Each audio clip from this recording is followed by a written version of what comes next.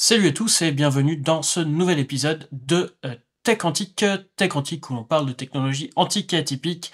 Et pour aujourd'hui, un petit sujet qui sort un peu de ce que j'ai l'habitude de faire, mais on va parler toujours technique et technique ancienne et un petit peu jeux vidéo. Je vais vous parler ici de la Nintendo Famicom, en tout cas d'une fausse Famicom que j'ai avec moi. Donc la Famicom, la vraie, ou Family Computer, comme on disait au Japon, est une console de jeu sortie au Japon, donc en 1983.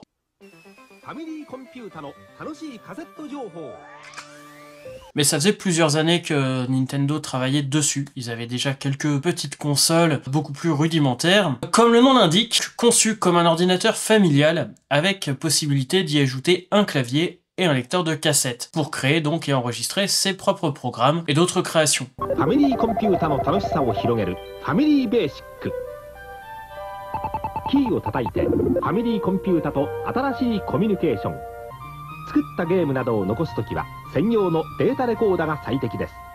À l'intérieur, son processeur central est un Ricoh 2A03, qui est en fait une copie du 6502 de MOS Technologies, que l'on trouvait notamment sur les Apple I et II, sur les Commodore VIC-20 et sur une version améliorée sur le Commodore 64, et plein d'autres ordinateurs de l'époque, mais avec quelques petites modifications pour ne pas avoir de soucis avec MOS, puisque en effet ce n'est pas un vrai 6502. Il y a quelques petites améliorations et quelques trucs qui ont été supprimés du 6502 d'origine. Mais si on s'est programmé sur un 6502, logiquement on passe assez rapidement à ce processeur Ricoh. La console a 2 kilo-octets de RAM, c'est très faible, mais les développeurs en fait de la console ont prévu que toutes les données du jeu seront sur cartouche, la programmation étant un truc supplémentaire. Et puis en ordinateur familial, le ZX80 qu'on avait à l'époque n'avait qu'un petit kilo-octet de RAM aussi, donc on avait mieux que ce ZX80. Par contre, ce qui différencie cette machine des ordinateurs un peu plus basiques, avec des 780 ou des 6502, ce sont ses capacités graphiques et son. Pour l'époque en tout cas, sa puce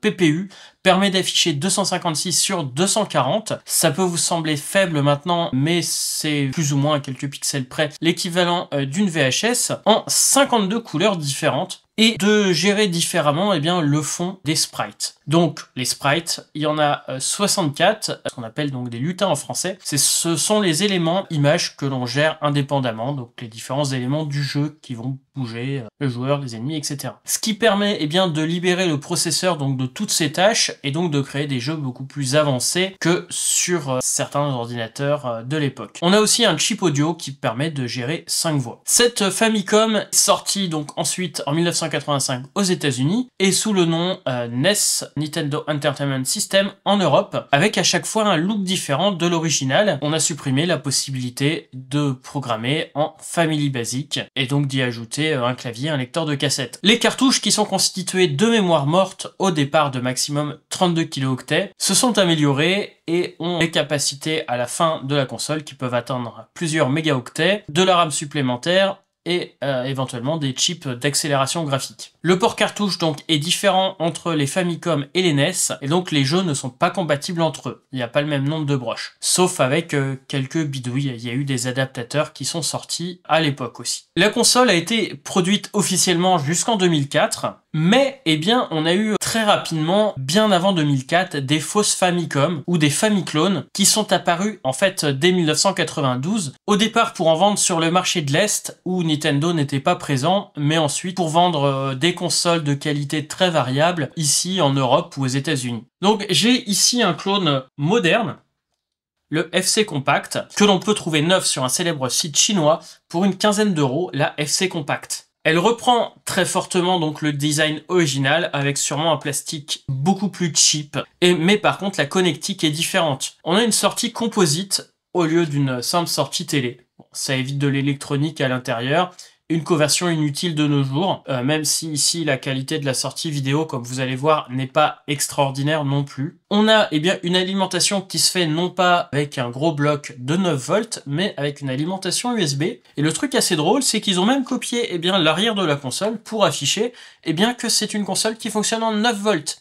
N'essayez pas de la faire fonctionner en 9 volts, ça risque de faire quelques petites étincelles. Et puis, À l'avant, eh bien, on retrouve deux ports manettes de jeu. Encore une fois, on ne reprend pas les manettes officielles Famicom, mais on reprend un port 9 pins de type Atari qui ne sont pas électroniquement compatibles. À l'intérieur, eh bien, on a pu compacter toute l'électronique originale dans cette ASIC, donc protégée par de la colle époxy pour empêcher de voir ce que c'est. C'est assez paradoxal pour une copie non officielle. Et puis de l'autre côté, on a une ROM qui est plus grosse en fait que le cœur de la machine, qui est toute petite comparée à la console originale, qui est une ROM qui contient 500 jeux, vraiment de plusieurs mégaoctets. On peut plus trop dire que c'est une contrefaçon illégale, puisque les brevets de la Famicom sont expirés maintenant, depuis entre 2003 et 2005.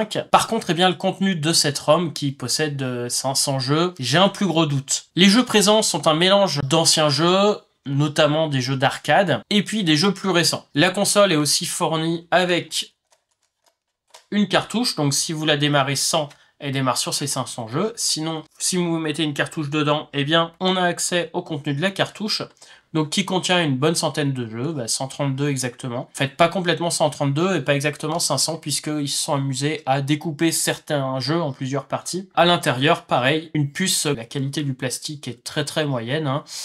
On sent que pour 15 €, on en a pour son argent. Il y a de l'électronique, mais la plasturgie est très bas de gamme. Alors, je n'ai pas de jeu Famicom en NTSC pour tester d'autres jeux. Apparemment, ça fonctionnerait sans trop de problèmes, mais ici, malheureusement, je ne peux pas en tester d'autres que cette cartouche fournie avec. Alors, j'ai pu m'amuser pas mal avec cette console, n'étant normalement pas joueur. Je me suis laissé emporter bien quelques soirées à tester les jeux qu'il y avait dessus, et je dois dire que je suis plutôt conquis.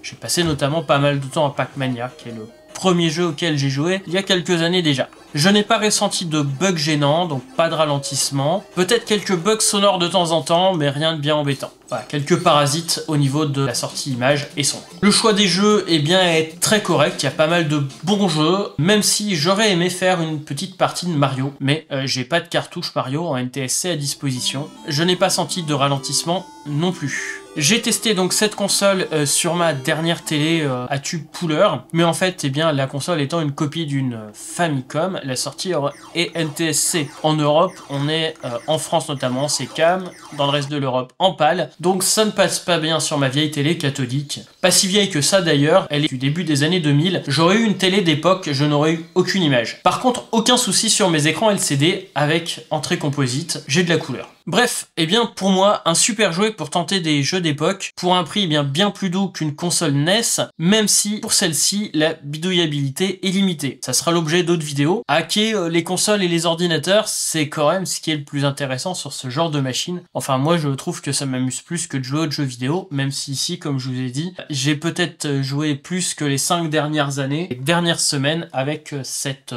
Famiclone. Voilà, j'espère que cette vidéo vous aura intéressé. Encore une fois, eh bien, pas de grosses vidéos sur l'histoire de l'informatique, mais j'espère vous sortir quelques petites vidéos avant de ressortir la grosse vidéo là dans les semaines qui viennent. Si tout va bien, j'ai une connexion internet pour le 18 juin. Ici, je dois faire bien avec la connexion de la bibliothèque ou la connexion Wi-Fi du voisin que je capte pas très bien. Donc assez compliqué pour faire des grosses vidéos. Mais voilà, j'arrive à me débrouiller quand même. Eh bien, on se donne rendez-vous très bientôt pour une nouvelle vidéo. Soyez authentiques et atypiques et à bientôt. Salut!